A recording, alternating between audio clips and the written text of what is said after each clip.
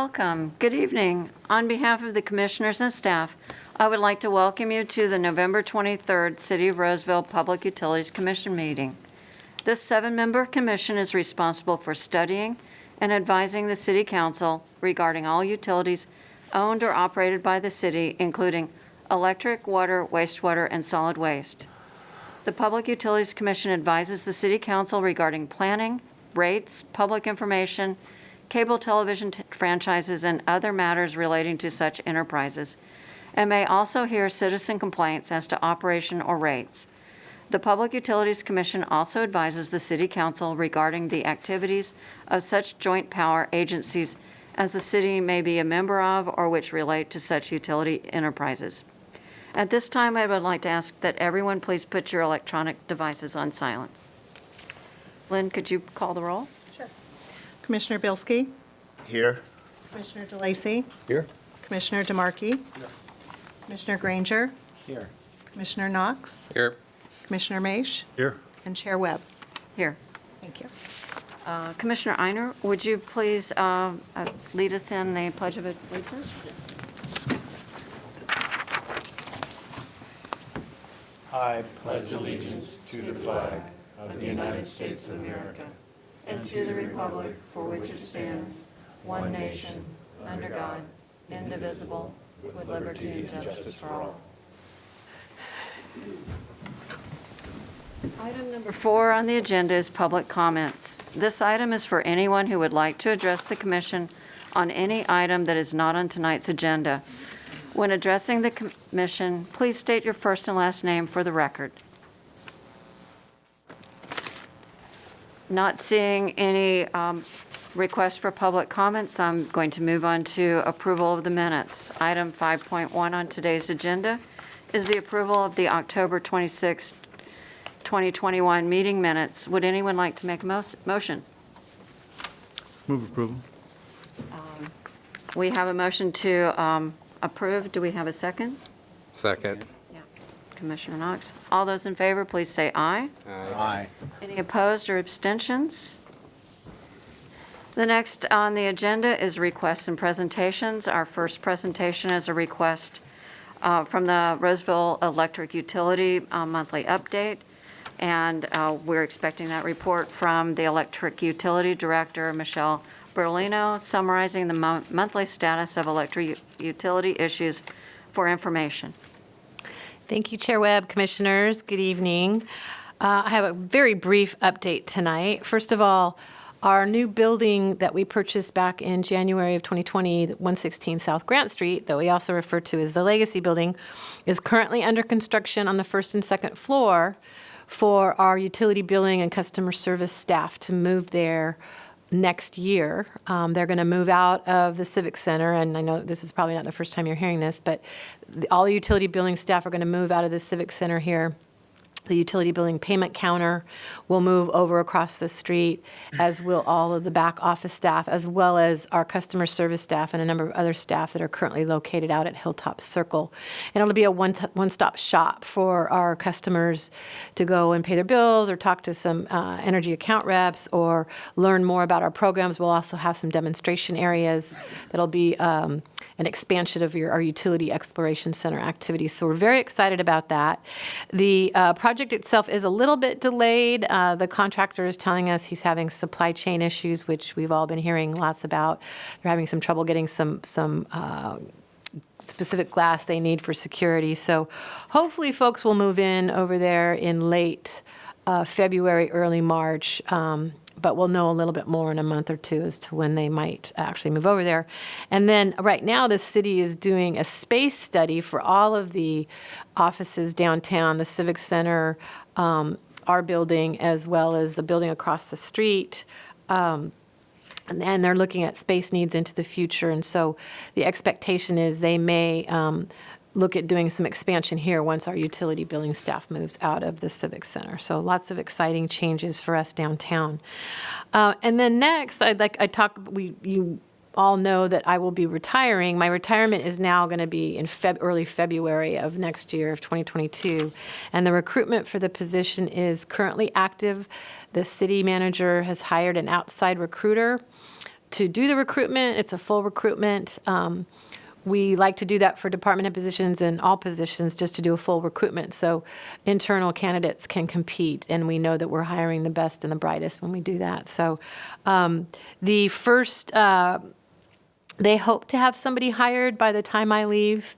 I had made a commitment to the city manager that I would stick around until he was able to hire somebody, so we'll see if he can try to get somebody in by February of next year. So lots of changes, and we're very excited. I'm very excited. So my last meeting with you all will be next month, or in January, so a month after December. That will be my last meeting. So with that, I'd be happy to answer any questions. Do any of the commissioners have a question for Michelle? I think you've done a fabulous job for the city. Thank you. I appreciate that. Thank you very much. I very much appreciate coming into such a well-run group. Thank you. It's a pleasure. It's a group effort. We all work really hard to do what we do. Yes. And I appreciate what the whole team does and the leadership you've provided. Thank you. Thank you. Okay. Our next agenda item is the presentation on our capital projects for the Roseville Electric Utility. The presentation is by our Assistant Utility Director, Todd White, the Power Engineering Manager, Chris Porter, and the Electric Utility Finance Administrator, Eric Campbell. And they will be giving us an overview of Roseville Electric's capital projects. Thank you. Thank you. Good evening. Eric Campbell, Electric Finance. Again, this is our mid-year update of our FY22 CIP plan. This is a slice of what you all saw back in September when we took a look at the 5-year plan as part of the rate case. A lot of the numbers should line up for what you saw back at that point in time. Looking at page 2, we've broken our program out into five categories. The first one being new customers. We have $6.3 million allotted for new customers this year. And just to kind of put that in perspective of what's happening in the marketplace, we've added 1,900 customers over the last 12 months. So that's going back to November of 2020 to October of 2021. That's more than double what we usually see in a 12-month period, so it's pretty significant. This $6.3 million is actually, it's pretty high as well. It typically runs less than $4 million on an annual basis, so that's a pretty significant number. Distribution. These are rehab projects, basically maintaining the infrastructure that was put in that category just above, then also substations and things like that, larger projects that developers pay for. Power plants, we have $4.1 million earmarked for FY22. Todd will go into more detail later, but this is our Roseville Energy Park, RPP2. This does not include any investments for the new CDWR peakers. We don't own those plants, we just maintain those. Next is facilities. Michelle mentioned the legacy building downtown. The majority of that $3.5 million is the legacy building. I'll touch on that later. And then finally, the meter upgrades, the AMI project. We have $1.4 million budgeted in FY22. I mean, that's only a slice of the overall project, but I'll touch on that more later on in the presentation. Moving on to page 3, we're looking at the available funding sources. So how are we gonna fund this $21.4 million in investment? Well, the big number here is customer rates. We have $12.7 million of our customer rates being directed to these investments. There is an ebb and flow to that on an annual basis, so it can fluctuate. Next is developer fees. We have $7.3 million. I mentioned on the previous page that we had $6.3 million for new business or new customers. There's another $1 million in there as well for what we call the backbone fee, and that goes to mitigate the costs associated with investments like substations. And then finally, carbon allowance auctions. These are the sales of our greenhouse gas allowances. We're allotted X amount from the state, and when we don't utilize those to operate our generation fleet, we're able to sell those off into the marketplace and get some funding for those. And we're actually using that $1.4 million to fund the AMI project. And then moving on to new customers, I'm going to turn it over to Chris to talk a little more about that. Good evening. Chris Porter, Power Engineering Manager. So Eric touched on it briefly on the second slide, but we have $6.3 million in this fiscal year's budget for new services. So that's all the infrastructure that goes in as the roadways get built out. Of that, this year we anticipate major backbone infrastructure going in on the south side of Vista Grande and then south of Vista Grande on Santucci and Westbrook Boulevard. Additionally to that, we plan on installing local distribution infrastructure to about 1,600 residential lots. And of those 1,600 residential lots, 650 of them are going to be in the Creekview Phase 1 and 2. So that's going to be the corner of Blue Oaks and Westbrook, north of Blue Oaks, and then south of the creek. So basically, all the lots between Blue Oaks and the creek are going to be, we're going to get service installed to those lots this fiscal year. And then as a preview for next year, we anticipate next year getting infrastructure started in the Amarosa Ranch specific plan area. On to slide 5. So for the rest of our projects, I was going to highlight a few of our major projects that we have going on this year. We're currently underway to have the installation of a new 12 kV metal-clad switchgear at our Pleasant Grove No. 2 substation, which is our substation that's on the TSI property between TSI and Amazon. Once this new switchgear is online, we'll be able to provide about an additional 30 megawatts of capacity to that area, and that's primarily for the land that TSI sold off from us campus that currently is occupied by Amazon and McKesson and Restaurant Depot. There's still a vacant parcel on the north side there adjacent to those properties, and then there's another parcel on the south side of TSI. And then additionally, we just about 3 weeks ago energized a new 230 to 60 kV transformer at our Fittyment substation. It's the fourth of its kind in the city. So we use these transformers to import power from the Western Area Power Administration's transmission system into our city. The installation of this new transformer is going to give us the ability to provide additional capacity to the city, and also it improves the reliability for all of our customers. If we were to lose one of these transformers, we're talking at least 2 years to procure and install a new one. So it's very important that we maintain that infrastructure and have redundancy at that level. And the last major project I wanted to touch on is also taking place at the Fittyment substation. We plan on installing and rehabbing the landscaping in front of it. The current landscaping was installed in the late 90s and has gotten fairly sparse. And there's a vernal pool in there right now that we can't touch, so it just collects trash.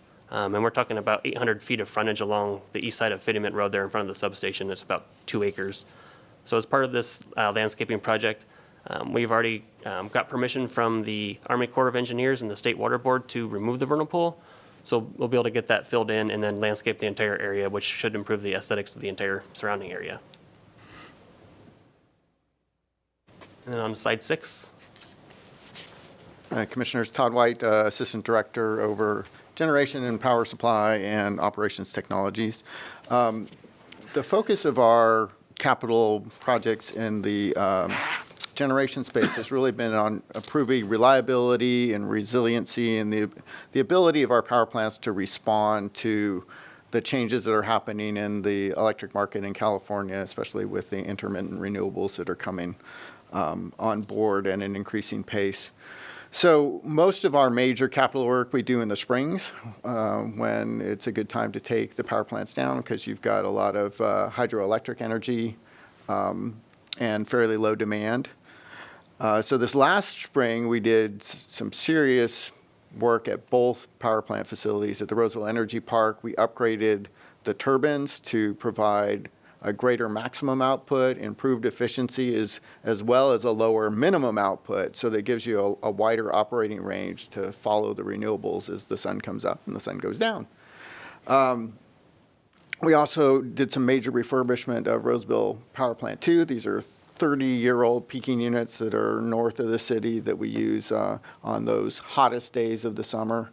All that work went very well, despite a lot of supply chain issues that we ran into as well. Some of the work is being pushed till this next year. But those plants ran fairly flawlessly through the summer. We kept the lights on despite a fairly challenging environment again in California this summer. So looking forward to this next year, we've got some additional work going on in the spring. Some of the work that was supposed to have been done this spring is going to get finished up, like putting an electric blanket around our steam turbine. That keeps it nice and warm and shortens the startup time on that, as well as upgrading the controls systems on both power plants and then integrating them together so they can be run from one place. We're also going to be doing some security and aesthetic upgrades, kind of like what's being done at Fittyman around Roseville Energy Park, to put a wall up in front of it and improve security. So those are the major things that we're doing at our power plants. We mentioned the CDWR, the Department of Water Resources state site next to Roseville Energy Park, where they've sited a couple of peaking units. They plan on putting emissions controls on those units in the spring so that they're ready for more runs this summer. So that will be coming up on that site. That's it for the power plants. Next, we have facilities. And Michelle referenced the 116 Grant property earlier in her opening remarks. I'll just add to that the current construction budget plus the furniture and fixtures is about $3.8 million. This is the first phase of the project, and again, we're looking at, or hopefully we're going to move in around the February timeframe of next year. And then also the citywide space planning effort. I don't want to say it's put floors 3 and 4 on hold, but we're waiting to get some feedback in terms of how the city views that space. We're hoping to occupy those floors ourselves based on our initial cut. And if all goes well, we can get the design and construction started in FY22 and hopefully moving in the fall in 23. And then lastly, let's see, I'll move to the meter upgrade project. This is the AMI project. Right now, the focus has been on integration, trying to get the new advanced metering infrastructure to, pass data back and forth with our billing system, otherwise known as Kayenta, and then also Maximo, our work management system. That's been a much heavier lift than we had anticipated. But a lot of time, a lot of resources have been put into that effort. Because it's been such a complex, I'll say, integration, we've changed the scope of the project, and we're going to do more comprehensive testing, in advance of doing any production or any testing in the production environment. So that testing is really going to push the project out another, say, 12 to 13 months, roughly. So the project's probably on target to be up and running in the middle part of 2024. And then that's the conclusion of our presentation. Are there any questions or comments on any of the projects? Questions on this side? No? Did you have a question? So I'm curious about a few things, sorry. Natural gas rates are up pretty high, and I would imagine from what I know in my previous work that that's pushing the daily cost of energy up. Are we hedged adequately? Is that affecting our rates badly or not? No, actually, we hedge out 3 years. So if you look, and we're most hedged in the coming year. So we're somewhere between 90 to 100+% hedged 1 year out. That's where you're seeing the spike in prices right now. Okay. If you go out 2 or 3 years, the prices tend to come down. So when we're doing our major purchases, we're going out 3 years, and we're getting kind of the lower prices on the back end of that curve right now. Good, smart. The other one is wildfire risk. I know we probably don't have any internal to the city, but do we have exposure for our remote generation coming in? PG&E is, just about on their knees, maybe past their knees over their wildfire risk. And I just wondered what city's risk exposure is. There is some hardening efforts underway. So, internally, we don't have a lot of wildfire risk, like you said. We are doing some internal measures just to even make it more robust. For instance, we have overhead fuses in our distribution system that, normally when a fuse blows, it melts and it lands on the ground and it could start a fire. We're putting in different technology there for the fuses that don't do that, to improve that. That's our main efforts internally. The external system, we all saw this summer that when there's a major wildfire, we lost 3 of the 4 major interties between California and Oregon. That derated that path to like 10% of its capacity, which luckily didn't affect us, and it's not really part of directly related to us. But if PG&E hurts, we hurt. So there's definitely. So we don't risks. own any transmission systems or jointly owned transmission systems that run through the forest? So we're partial owners in the California-Oregon transmission project, COTP, through Tank. So I don't know what our percent capacity is on the tank, but 2%. yeah, so it's a very small portion of what we use as part of our portfolio. Thank you. And also, we're not in a high fire risk area. 85% of our system's underground as well. Right. Yeah. But I think Agree. maybe what Einer was maybe asking, what I was just thought about is, what about our imports? I think if you're getting stuff from Washington that's coming through those type of areas, and that line goes down, and then are we going to be having rolling blackouts ourselves because we're not getting the imports? Yeah, I mean, I think we try to build a supply portfolio where we have a lot, basically our fingers in a lot of different pies. So we have our internal generation, we have assets through the Northern California Power Agency, we have transmission ties to the California ISO, as well as the Pacific Northwest. So it's not to say that there can't be a situation where wildfires cut transmission to the point into the state of California where the whole state is struggling. That could happen. Like, we came close, honestly, this last summer with the outages on the California-Oregon transmission project. But we try to build as resilient a portfolio as we can. Then I had a question on the distribution, the 6 million. So is the city actually doing all the work? So the trenching, conduits, wires, or is the developer? Yeah, so the developer installs all the conduit infrastructure, and then all we install is the electrical infrastructure. So we come back and pull all the cable, install all the switches and all the transformers. And that 6.3 million is 100% reimbursed by development. So we're neutral in our budget when it comes to that particular project. So that 6 million is only the portion, the actual cost of the city? Correct. That 6 million is the Pulling the cost for wire? us to pull the wire and set the Oh, wow. transformers and pad-mounted switchgear. Okay. So I had a question about the meter upgrades. So this is the project that would allow us to do time-based metering? Exactly. Okay, and on the one hand, we don't want to roll it out before it actually works. On the other hand, it's something that feels like it would be a phenomenal thing for us to do as a utility. Is there anything that we can do to pull in that timeframe? And it's definitely a priority, and we have folded in about, I think, a 3-month contingency. So there is some room there, potentially. One of the things we're struggling with now is with these most recent delays, the AMI project is now competing for resources internally with upgrades and updates of our other systems. And we don't really want to jeopardize their reliability, meaning the customer billing system and then the Maximo system. So that's also part of the reason for the extended timeline. Okay. So I kind of got a follow-up question to that. So are we physically upgrading the meter, or are we upgrading the meter ring? We're going to replace the meter. Oh, we are? Right. Okay. So that's everybody or Everyone. phased? Okay. Everyone. All right. Yeah, full deployment, it's about a 12-month implementation. Like, once we actually start putting meters in the field, it's about a 12-month effort. Have we already purchased these meters and they're just sitting around, or are we waiting until the system works? We haven't purchased them yet, no. Okay. So the money that was allotted for that to roll out this year or the year before is just frozen for It's this still, project? it's out there. It's still carrying forward.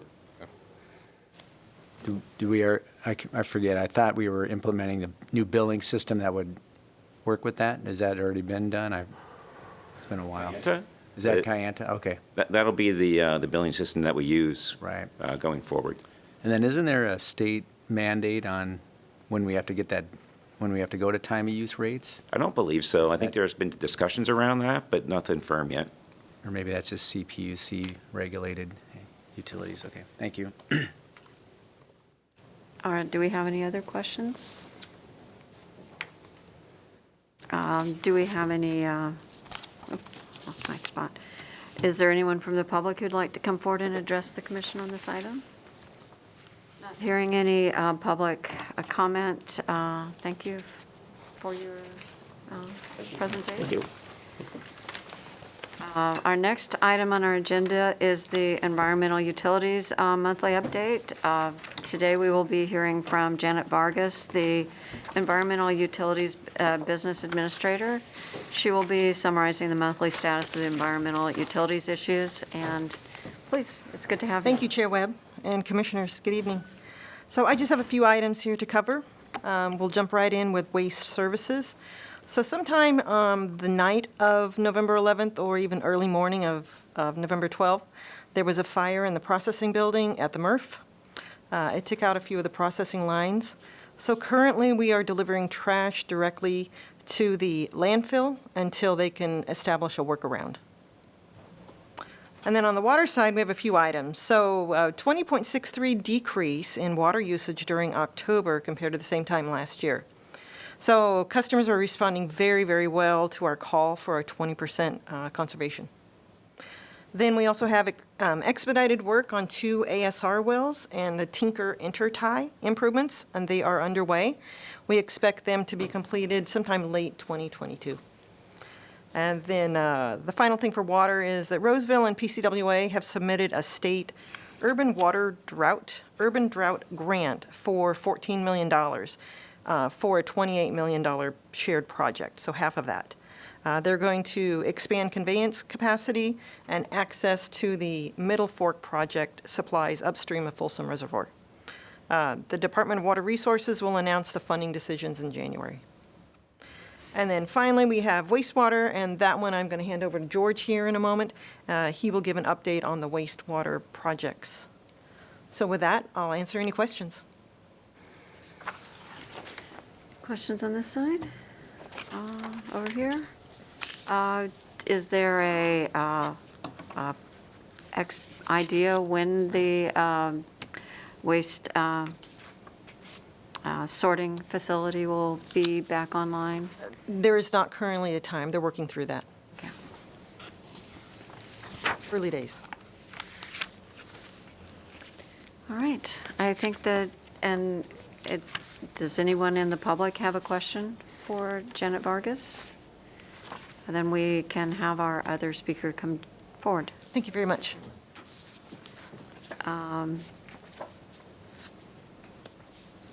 So,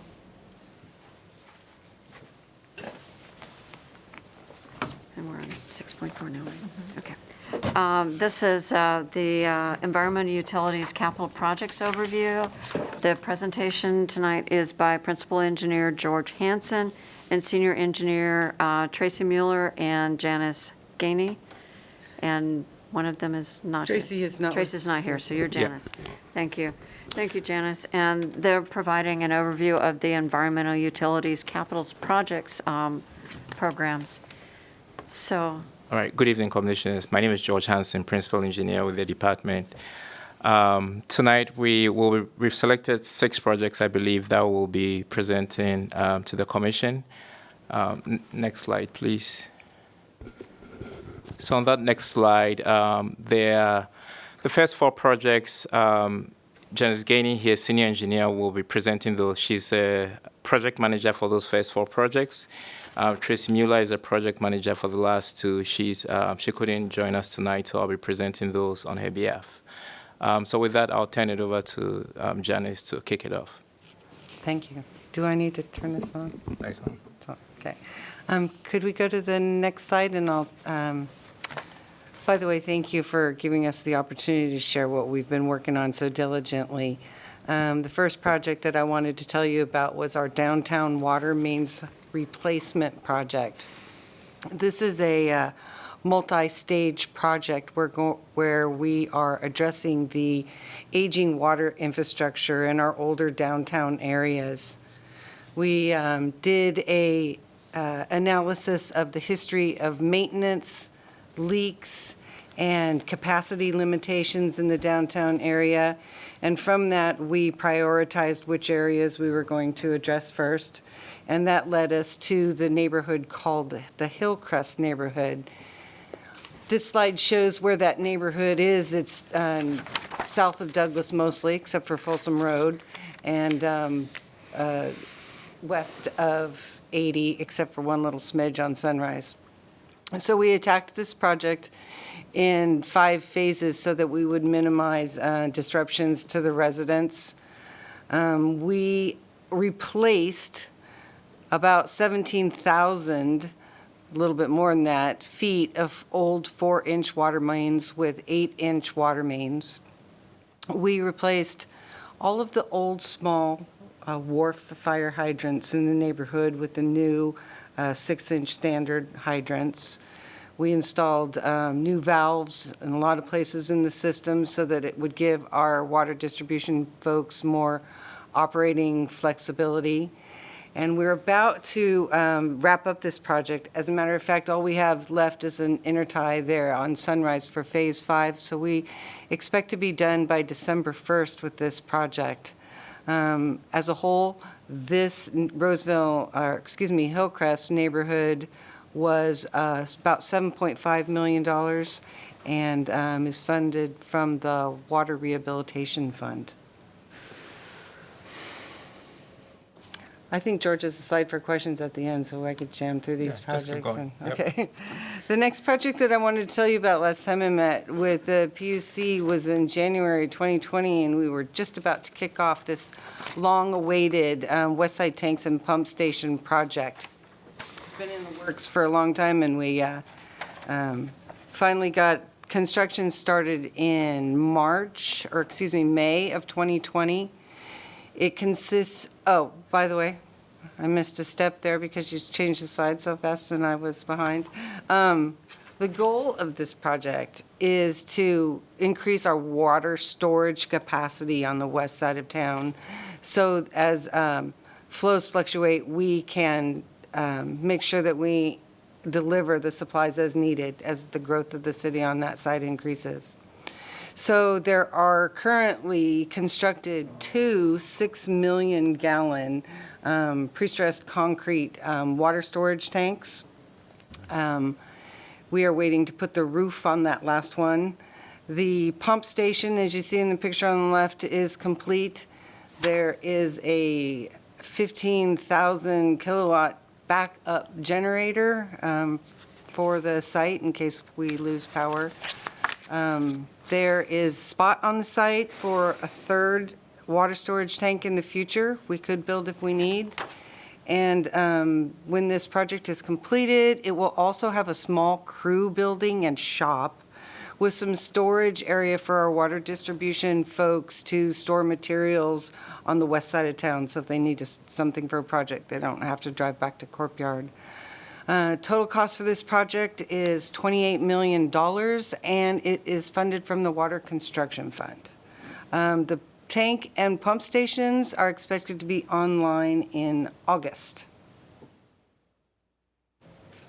Next project is very exciting and going very fast, is we have kicked off construction on 2 new aquifer storage and recovery wells. Goal of these wells, we had planned ASR wells as part of our groundwater infrastructure strategic plan. We have chosen to accelerate the construction of 2 of them to address potential continuing drought conditions. On the next slide, the 2 new wells are both on the west side of town. Well 9 is the Westbrook Well. We're real creative on our names because it's on Westbrook Boulevard. And it will have a water production capacity just under 4 million gallons per day. The Solaire Well, Well 18, is on Solaire Drive and will have a production capacity of about 2.5 million gallons per day. As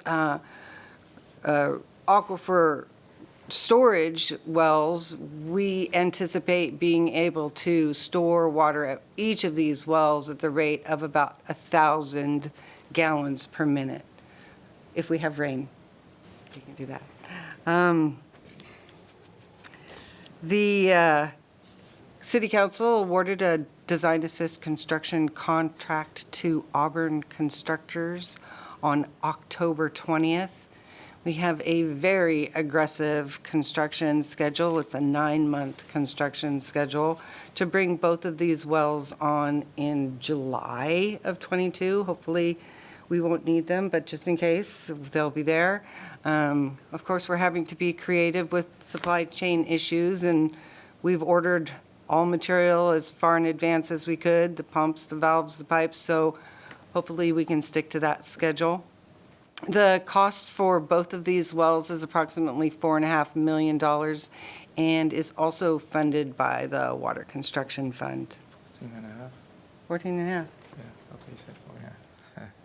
14.15.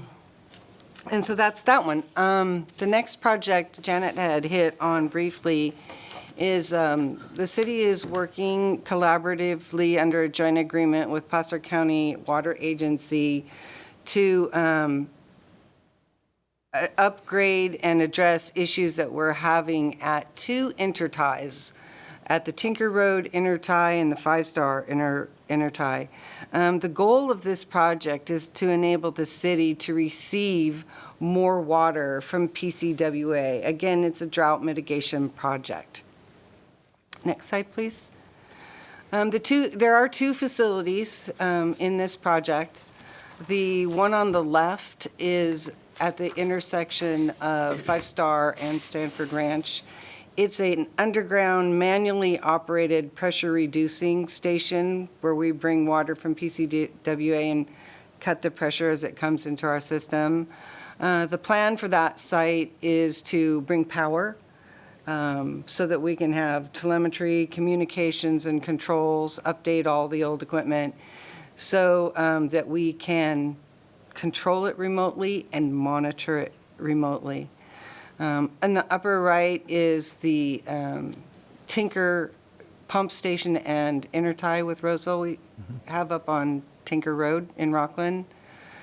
The goal there is to upgrade the facilities so that we can increase the flow capacity from PCWA to what it is right now, about 5.8 MGD to 10 MGD, also a drought mitigation project. We have done an analysis.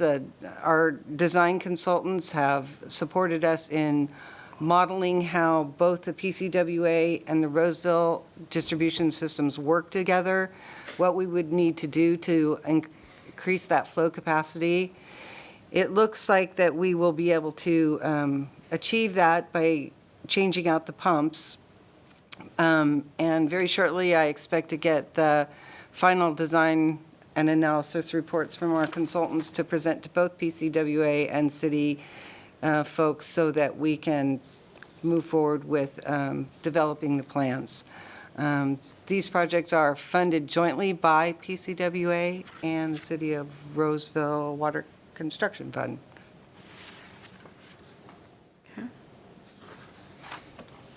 All right, so I'll be presenting these last two projects. As you all know, the Pleasant Grove Wastewater Treatment Plant is owned and operated by the City of Roseville on behalf of the South Plaza Wastewater Authority agency partners. The current plant capacity is 9.5 MGD, but given the growth that we've experienced in that service area over the last several years, a few years ago, working with the partners, we initiated a process of expanding the treatment capacity of this plant. So this project will add approximately 2.5 MGD to the capacity here that will allow us to continue to accommodate growth in this service area for approximately about 20 more years. Project kicked off in spring of 2020, and we anticipate completing the work by the end of next year. So we have a few pictures of some of the major facilities that are being constructed, so I'll walk you through those briefly. Next slide, please. So this site plan shows the existing layout of the plant. Just to orient everyone, north is to the left of your screen. All the grayed out areas are the existing facilities, and the red boxes and circles are the new facilities that we're adding or existing facilities that we're repurposing. So on the eastern side of the plant, you have the primary clarifier improvements, and then on the western side, you have the solids handling improvements. Next slide, please.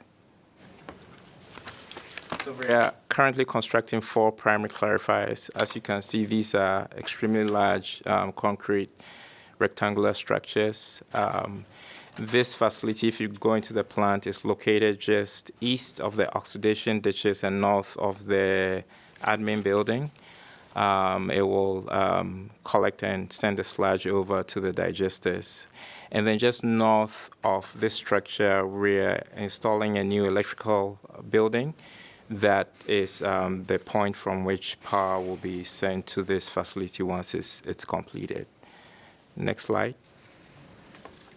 We're also completing a solid handling building. It's a 6,000 square foot building. This is where the solid thickening equipment will be housed. There'll be 3 initial units that we'll be installing. Essentially, these units will save to remove as much water from the solids as possible before we send them over to the digesters. And there'll be additional capacity to add additional units in the future as additional capacity is needed. Next slide. So we're currently constructing 2 digesters, concrete tanks. In between the digesters is another building that we're about finishing. It's called the Digester Control Building. This is where all the equipment that is needed to operate the digesters will be housed. It's a 6,500 square foot building. And I think that wraps up the major facilities that we wanted to highlight tonight for this project. The total construction cost is estimated at $55 million. It's funded by the South Plaza Wastewater Authority Capital Improvement Projects Fund. Next slide, please. The last project we'll present tonight is the Energy Recovery Project. It's located just immediately south of the Pleasant Grove Wastewater Treatment Plant. It will utilize digester gas from the expansion project I just described to produce 3 major benefits for the overall project. First, digester gas will be used to generate compressed natural gas. That will be used to fuel the department's solid waste fleet. Secondly, it will be used to generate electricity to help offset some of the energy demands at the plant. And thirdly, it will also produce heat, which is required for operating the digesters. The project schedule is similar to the expansion project. We kicked it off right around the same time, just around the spring of 2020, and we anticipate completing the work sometime in the fall or towards the end of next year. So we have a few construction pictures here that I'll quickly walk through as well. Next slide. So as part of this project, we are constructing a high-strength waste receiving station. Those are the 4 vertical storage tanks you see there in the picture.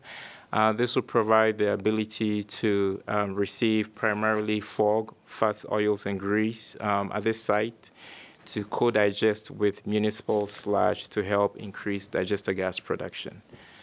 Next slide. We're also completing the installation of the digester gas upgrading system. And essentially, this facility here will separate out contaminants from the digester gas so we have just the methane fraction of the gas. That is the portion of the gas that is suitable for use as a vehicle fuel. The system will also help condition the waste gas from this system that allows us to repurpose that gas as part of this project. Next slide. We've installed 4 micro turbines. These will generate electricity and heat for use at the plant. And if for any reason the compressed natural gas system goes down, this will give us the ability to send all the digester gas here to generate electricity with the micro turbines. And one more slide, I think. Yes. And so this is the fueling station. We've installed 4 dispensers. This is where the solid waste fleet will be fueling up for use to support the operations. The total project cost is estimated at $24 million and is funded also by the South Plaza Wastewater Authority Capital Improvement Projects Fund. So that wraps up our presentation for tonight, and we'll be happy to answer any questions you have. Questions on this side, commissioners?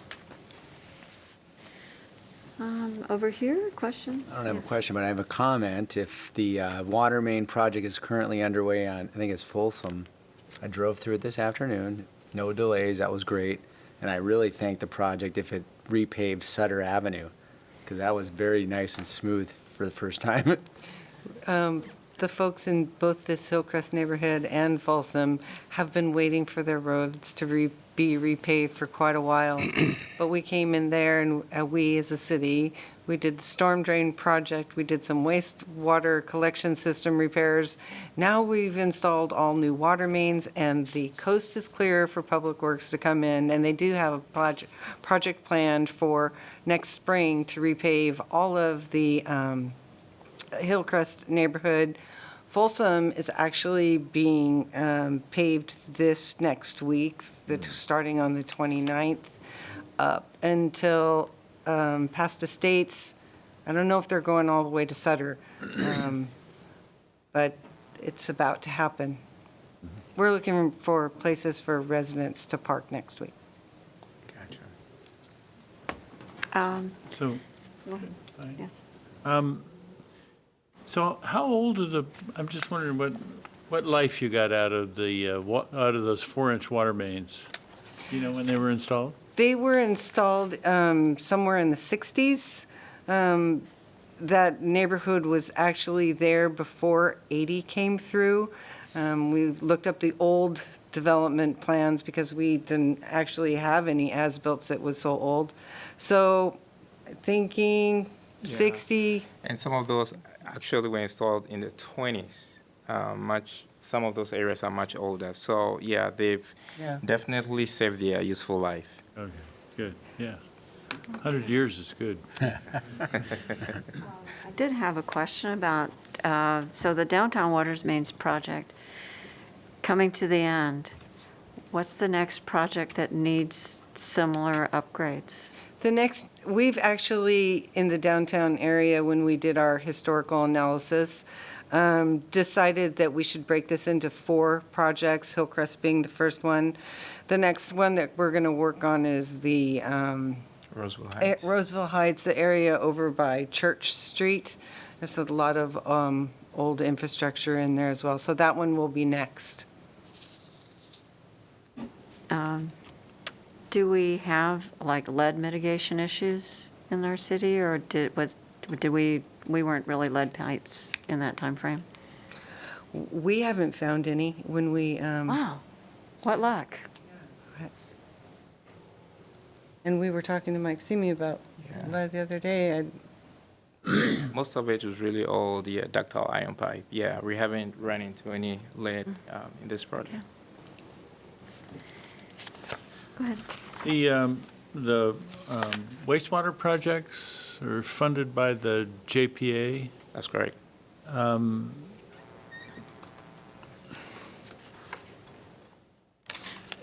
all the JPA partners fully funded on their shares?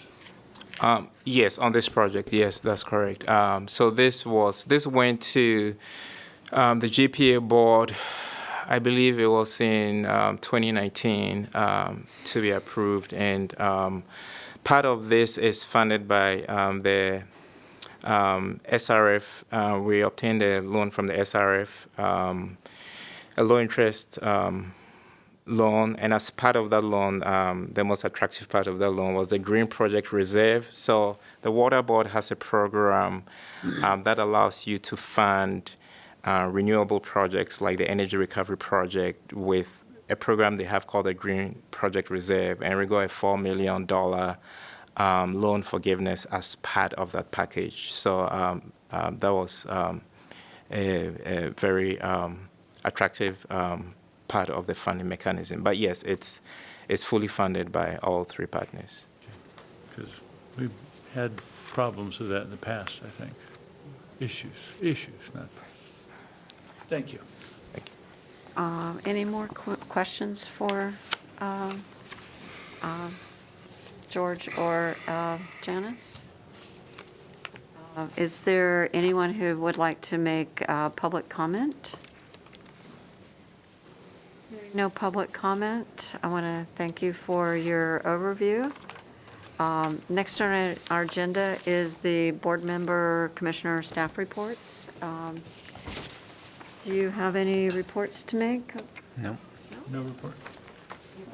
I just wanted to indicate that I did have contact with the department. It was after the big storm. My neighbor came to the door and he said, I filled my water tank, the water's green, what do I do? And I said, well, let me fill not water tank, I'm sorry, it's laundry tank. So I went in, filled mine, and it had that, slight green tint, like if your swimming pool wasn't properly treated. So I said, okay, you need to call them, 757-5400. He called, and I should tell you, my neighbor's retired, he lives alone, he's hearing aids in both ears. So he gets off the phone, and he said, I talked to the city, and they said that there's stormwater runoff running into the city water, and they can't do anything about the green color, but it's okay to drink.